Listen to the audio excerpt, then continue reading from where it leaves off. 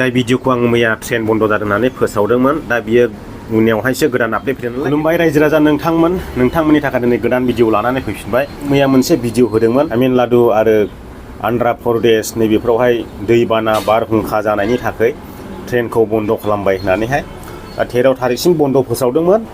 ओमफ्राय मैया आङो बे भिडिअखौ होनायनि उनावहाय मोनसे मेसेज फैदों ट्रेन लामाया मोजां जासान्दि सोलायथ'सिगोन आरो थांगोन होननानैहाय 12 तारिखनि ट्रेननि मेसेज फैदों। आं बे मेसेजखौ आं नोंथांमोननो शो खालामो, नोंथांमोना स्क्रिनाव नायदो बे मेसेजखौ। दा 12 तारिखनि ट्रेना लामा सोलायनानैहाय डाइरेक्ट गुवाहाटि थांगोन।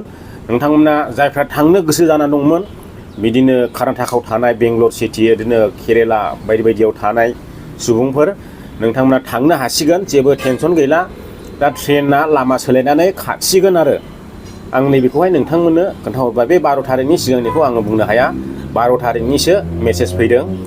12 तारिखनि ओरै उनावनिब्लाबो लामा सोलायनानै थांगोन जानो हागौ। 12 तारिखनिनो लामा सोलायनानै थांबायब्ला बेबो लामा सोलायनानै थांखागोनानो। आं नैबेखौनो नोंथांमोननो हाखु दाखु भिडिअ खालामफिननानैहाय नोंथांमोनखौ मिथिहोफिननो नाजाबाय। मैयानिथ' ट्रेना बन्द जादों होननानै आङो नोंथांमोन फोसावदोंमोन नालाय।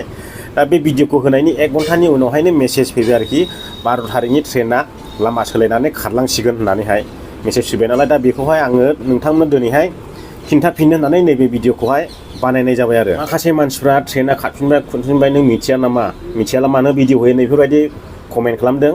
दा कमेन्ट खालामनायनि सायाव आं ओरैसो बुंनो सानदों, टाइमा 1 घन्टायावनो सोलायो, नाथाय जोङो बिनि सिगांनो भिडिअ बानायब्ला मा खालामलायखो बेखौथ' नोंथांमोनाबो बुजिनांगोन। आं भिडिअ बानायखांनानै हगारखांनायनि उनावहाय 1 घन्टानि उनावसो बे मेसेजआ फैबायब्ला, बे खौराङा फैबायब्ला, आपडेटआ फैबायब्ला अब्ला आं बोरै नोंथांमोननो बे भिडिअ खोन्थाफिननो हास्लाबलायखो। भिडिअआ पाब्लिक जाखांबाय अलरेडि। दा बेखौ नोंथांमोनाबो एसे बुजिनांगौ आरोखि। गोबाङानो बेबायदि नङा ट्रेना चालु जाफिनबाय खारफिनबाय नै ओरैबायदि बुंदों। ट्रेनाथ' खारफिनबाय नंगौ थिगानो, नाथाय जोंनि भिडिअ बानायनाया सिगांमोन, बिनि बे आपडेटआ फैनायनि सिगांमोन। दा जेबो नङा, आं नोंथांमोननो खिन्थाफिनबाय।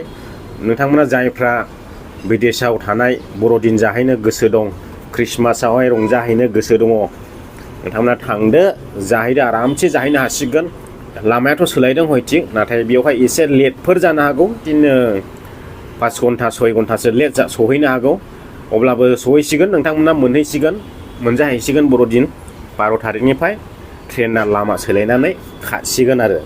दा बै दैबानानि जेंनाया जोबागौमानि आरो ओजोंहाय कलकातायावबो दाख्लैनिफ्रायनो अखा हागासिनो दं होनदों, साननैसो जाबाय होनदों, बेयावबो लोमग्लुंबाय थादोंनो। दा हजोंसो मा जाहैयो लामा ससेयावसो बेखौ जेबो बुंनो हाथ'वा। जायफ्रा न'आव थांनो नागिरदों बिथांमोना कनफिउस जाबाय थागोन साननानैहाय नैबे भिडिअखौ बानायनानैहाय नोंथांमोननो होफिननाय जाबाय आरो आंबो जोबोद ख्रिस्टमास जाहैनो गोसोमोन। अमा बेदर फोराननानैहाय रानफुनला मोनामलायनाय अमा खाजि जानो बिराद गोसो दंमोन, हांमा थासिगोन। नाथाय थाखा फैसानि आंखाल जोंहा, आंनि साननाय बायदि जायाखै, बेखायनो आङो थांथ'ला सानबाय। थांनायालाय थांसिगोनानो, अब्लाबो मास मोनथामसो लेट थांनायसै आङो। भिडिअखौ आं मैया ट्रेन बन्द जादों होननानै फोसावदोंमोन, दा बियो उनावहायसो गोदान आपडेट फैदों नालाय बेखौनो नोंथांमोननो खोन्थानो साननानैहाय आं नैबे भिडिअखौ लाबोनाय जाबाय। नोंथांमोना भिडिअखौ मोजां मोनदोंब्ला लाइक खालामदो आरो चेनेलाव गोदान हाबफैदोंब्ला चेनेलखौ साबस्क्राइब खालामदो। हायोब्ला शेयार खालामनानैहाय बयनोबो मिथिहोदो। बाहेरायाव थानाय सुबुंफ्रा जायफ्रा थांनो टिकेट दाननानै दङ बिथांमोना जाहाथे न'आव आरामसे थांनो हानाय बायदि, नङाब्ला कनफिउस जानानै थाबाय थागोन नालाय। बेनिखायनो गोजोनथोंसै बयनिसिमबो।